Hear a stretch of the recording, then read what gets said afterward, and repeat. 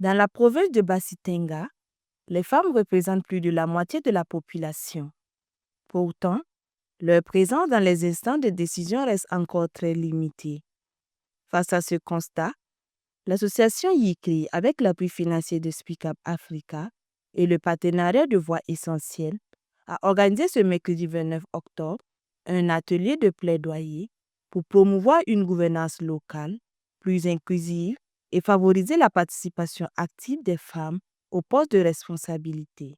Nous avons décidé d'organiser cet atelier de plaidoyer pour vraiment susciter ces responsables qui sont les responsables coutumiers, religieux, chefs de service, de plaider en faveur des femmes. Ce qui a conduit à cette rencontre, c'est les analyses et les observations qu'on fait sur le terrain. On voit que les femmes ne sont pas beaucoup prises en compte dans les instances décisionnelles.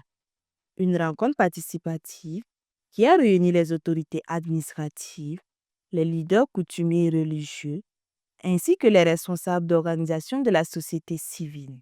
L'association YICRI a dressé un état des lieux de la représentation féminine dans les instances locales, avant de présenter un document produit par l'association. Et cette communication, nous sommes basés sur un documentaire que YICRI a eu à produire en 2024 et les résultats ont montré que les femmes étaient faiblement représentées. Donc c'était l'objet pour nous et de demander à ces autorités, en tout cas d'aider à ce que les femmes puissent accéder à des postes de décision. Et au fil donc de la communication, on a eu vraiment à présenter les textes qui favorisent en tout cas l'implication des femmes au niveau sur le plan national, au niveau sous-régional et également les actions que notre gouvernement a eu à prendre pour donc améliorer l'accès des femmes aux postes de décision.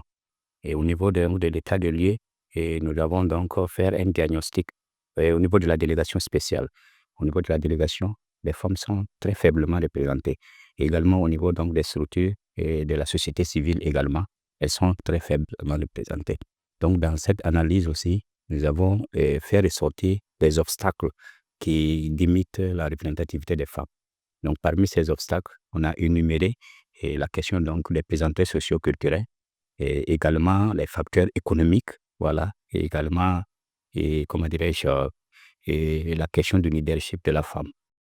Présent sur la table des discussions, le haut-commissaire de la province a salué une initiative courageuse et nécessaire, rappelant que la participation des femmes à la gouvernance n'est pas une faveur, mais un droit. Au niveau de la province, le bilan qui nous a été donné de voir ici n'est pas fameux, j'allais dire, parce qu'on a constaté que 15%, environ 15% des femmes participent actuellement aux délégations spéciales de la province. 15%, c'est faible. Au niveau de la participation de la vie publique, c'est-à-dire au niveau de la société civile, on a constaté également que c'est environ 17% des femmes également qui participent à l'animation de ces structures. Ça aussi, c'est vraiment faible. Et je pense que la rencontre nous a donné de savoir qu'il faut faire un effort. C'est pour ça que nous avons demandé aux responsables, aux DP, aux responsables qui ont participé à cette rencontre, de valoriser la femme, de mettre la femme en lumière, de faire en sorte que les femmes puissent participer à la vie de la province de manière générale et surtout de les responsabiliser, en les responsabilisant.